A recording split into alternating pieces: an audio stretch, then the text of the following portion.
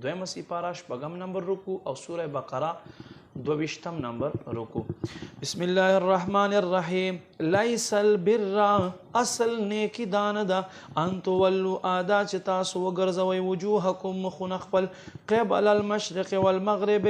په طرف ته مغرب یا په طرف ته مشرق ولكن البر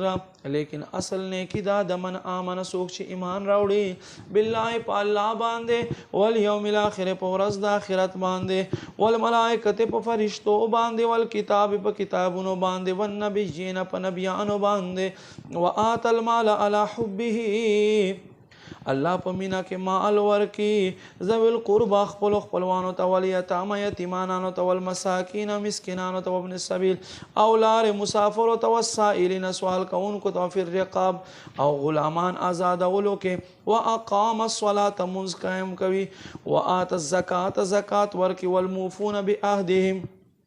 او پورا کړي واده خپل اذا عهد هر کله چې واده وکي والصابرین او صبر کوي فی الباساء په مصیبت کې والضراء په تکلیف کې وحین الباس په وخت جنگ کې اولئک الذین صدقوا دق خلق فعل او قول په اعتبار سره رښتونی دي او اولئک هم المتقون او دا خلق پرهیزګاران دي یا ای الذین آمنوا ایمان والو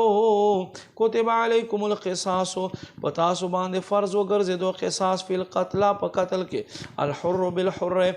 آزاد په بدل کې آزاد والعبد بالعبد غلام په بدل کې غلام والانثى بالانثى او خزه په بدل کې خزا فمن عفی له من اخیه شیء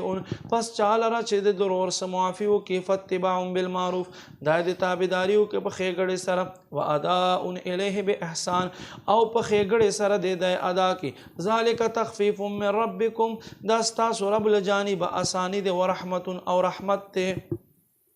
فمن اعتدى پس سوک چې تجاوز کی بعد ذلك دین رست فله عذاب علیم د دې پارا درد وال عذاب دے ولکم فی القصاص او تاسو لره په قصاص کې بدل خستو کې حیات جند یا اولی الالباب ای عقل والو